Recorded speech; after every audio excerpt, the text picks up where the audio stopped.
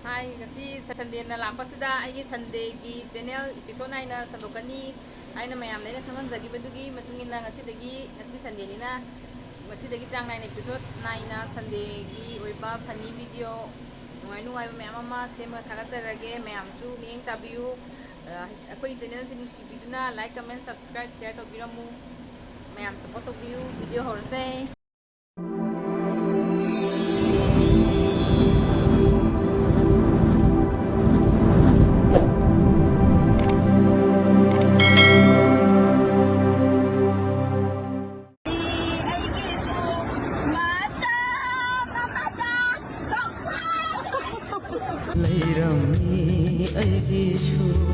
matam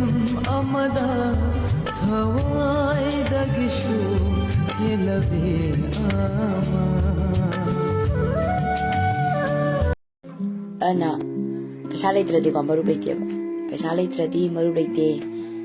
pesa paidradi kanam nu sibide iran thoktradi upana su nushiroi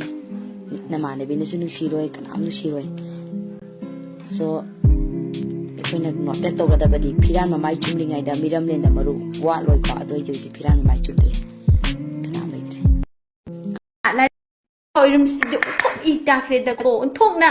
ningam khidre da ko si hatuke si hatuke makok se thugai ge si hai khu ai life le ne mayam ni lim ne ai ikai ba ni ma kari life nang pakhang ra ha na cha le sabi phadore che nang khang ra ha aduga pakhang ga sadana ai matric pass aduda kaida nang hatu ra ha nang angang yingning da bai natra ha lai oirum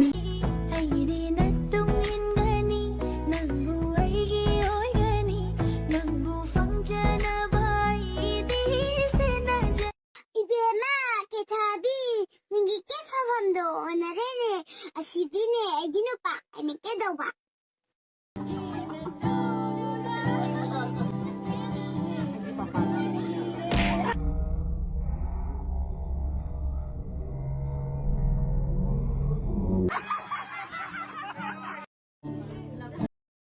nang na sakhanga ina lo wala kani di khalu ko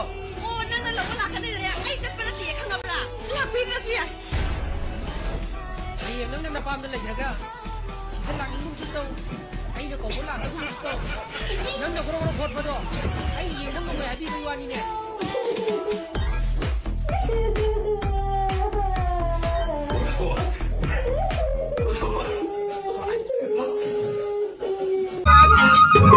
Thank you.